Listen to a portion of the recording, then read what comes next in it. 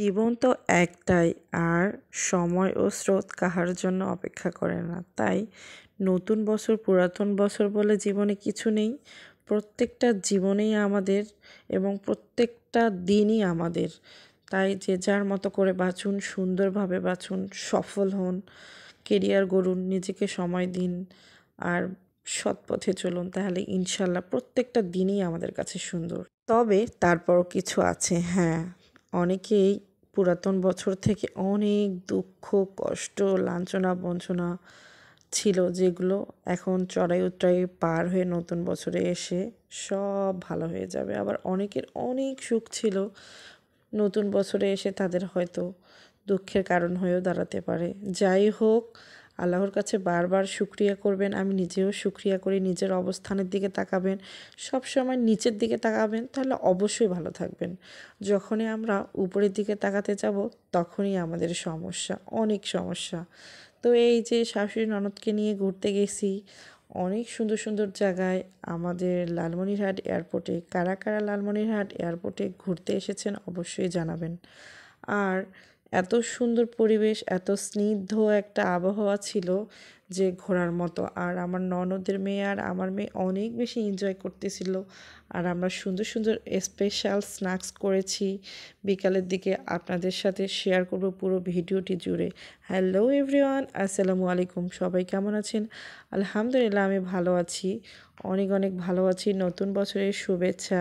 আর লালমনিরহাট এয়ারপোর্টের ভিতরেই আমি যেহেতু থাকি, সেখানেই আঙিনা ক্যান্টিন আছে। আর আঙিনা ক্যান্টিনে মাত্র ঢুকতে 20 টাকা লাগে। আপনারা যারা যারা এখনও আসেনি অবশ্যই এসে যাবেন। সুন্দর সুন্দর বাচ্চাদের খেলার জন্য জিনিসপত্র আছে, স্লিপার আছে, দোলনা আছে।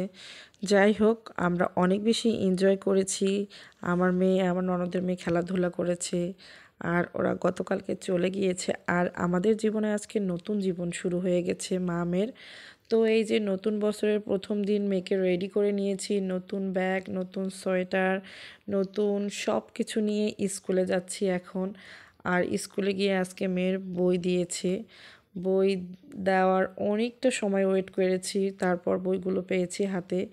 অনেক ভালো লাগতেছে। এই যে এখন আমরা স্কুল থেকে চলে এসেছি। আমার মেয়ে তো স্কুলে গিয়ে অনেক বেশি এনজয় করেছে তাদের ফ্রেন্ডসদের সঙ্গে, আর অনেক বেশি এক্সাইটেড নতুন নতুন বই পেয়ে। আমরা ছোটোবেলায় অনেক এক্সাইটেড হতাম এই নতুন বইগুলো পেয়ে, কারণ নতুন বইয়ের একটা আলাদা গন্ধ আছে, ঘ্রাণ আছে, যেটা কিনা আমাদের একটা মানসিক শান্তি দেয়। আর নতুন বইয়ের পাতাগুলো আমাদের যখন উল্টাই তখন একটা আলাদা ফিল, মনে হচ্ছে কোনো দাগ বা কলমের কালি, পেন্সিলের কালি ভরতে দিব না। তো এই যে আমার মেয়েও সুন্দর করে বইগুলো গুছিয়ে নিচ্ছে, দেখতেছে, চেক করতেছিলাম। খাতা দিয়েছে, ও লালমনিরহাট ক্যান পাবলিক স্কুলে পড়ে। তো সেই খাতাগুলো দিয়েছে, বইগুলো দিয়েছে, চেক করে নিচ্ছে। নতুন ব্যাগ কিনেছি ওর জন্য, নতুন জুতা কিনেছি, নতুন সোয়েটার কিনেছি, অনেক কিছু, সব কিছু নতুন। ওই বলতেছিল, আম্মু আমি নতুন স্কুলে যাব, নতুন সব কিছু নিয়ে যাব। যাই হোক, আলহামদুলিল্লাহ বই দিয়েছে, এখন পড়াশোনা শুরু করে দিয়েছি আল্লাহর নামে।